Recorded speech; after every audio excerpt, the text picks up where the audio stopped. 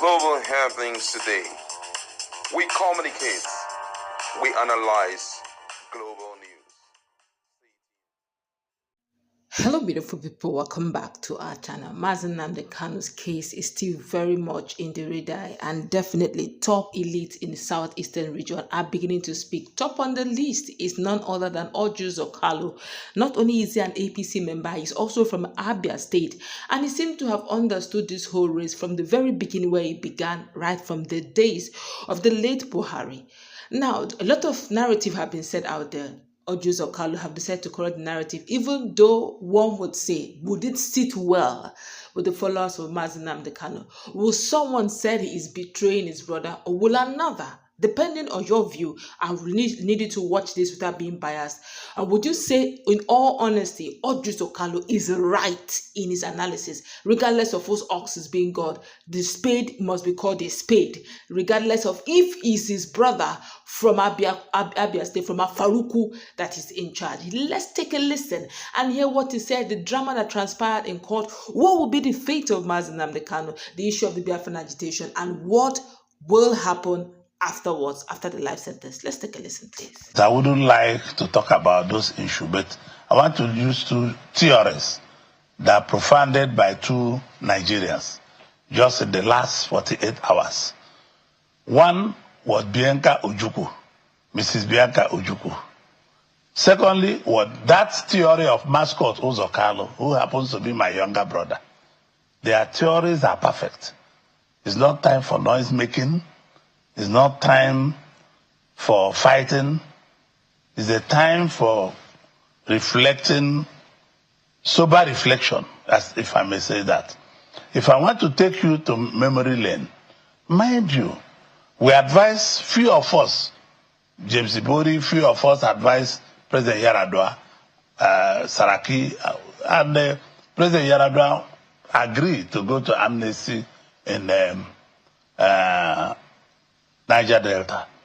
Let me tell you, when we focus solely on Nnamdi Kanu, we have to solve this problem holistically, because there are over 30,000 Igbos that were killed. People that have their shop had no shops. People lost their businesses. I used to sell my products in manufactured products, our own manufactured products in Abia, in Aba. I know what the numbers were. And people are just talking about soldiers killed and not the rest of them.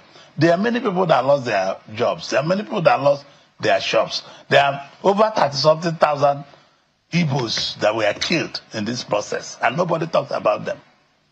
The problem of Nnamdi Kanu is what we need to solve.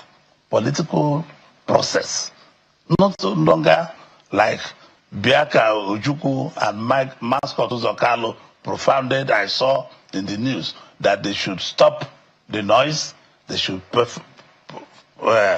focus on the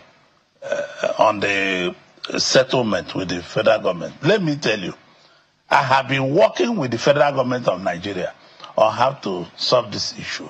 And nobody should question the decision of Justice Omotosha, because Justice Omotosha's question is the judgment of the court. Once the court says, what we should start looking now, the kind of people are going to appellate court, and we are using the political sides to solve the problem, because this is the area I know. I'll be contacting the Attorney General to advise the President, to advise people who are concerned on how we solve this problem. If you want, I can take you to memory lane.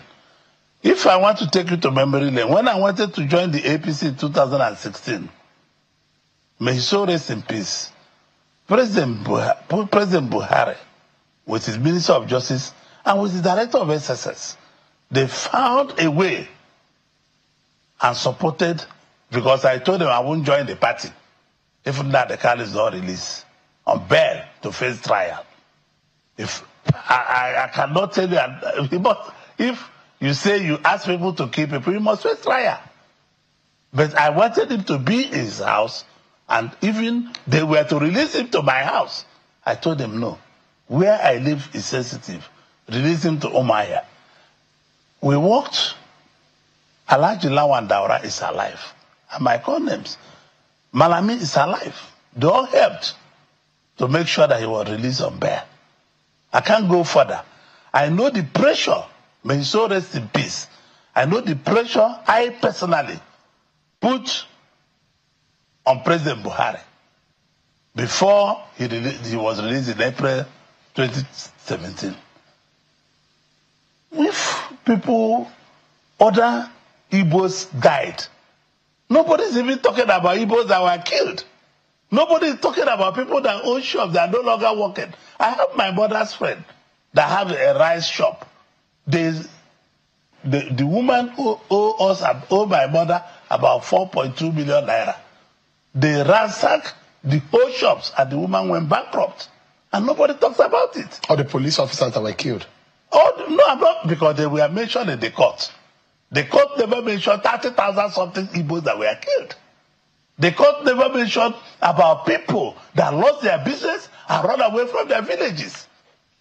It's not something, don't let me to go emotional here, because it's not something anybody can discuss. A lot of Igbos were killed, Sean. A lot of Igbos were killed. If you don't know it today. Let Igbos stop being emotional. I want us to settle down and go on our knees and find a way that the man can be released. It's part of my job to do it. Is it possible that Nnamdi Kanu can take responsibility of the course of action or whatever happened? Well, I don't know. I'm not him. I know my discussion. I promised President Buhari. I know my discussion with me and Nnamdi Kanu. I was the first that saw him in 2016. I was the first that saw him when he came from Kenya. I know my discussion with him. The DSS are there. They had my discussion with him. Remember, Sean, I own the Sun newspaper. On 4 occasions, President Buhari wanted to prescribe Sun newspaper, that the only newspaper that are supporting Nnamdi Kanu. I'm the owner. It's not owned by Igbos.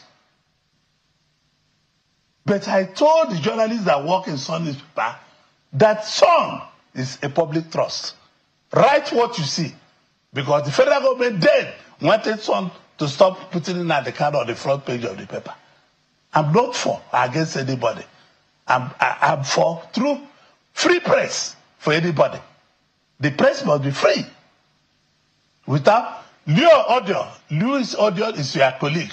When he left at the Sun editor for 5 years, he wrote at the back of the Nation, where he went to be editor of one of the title of the Nation newspaper, that Orji Uzor is the best publisher he has seen.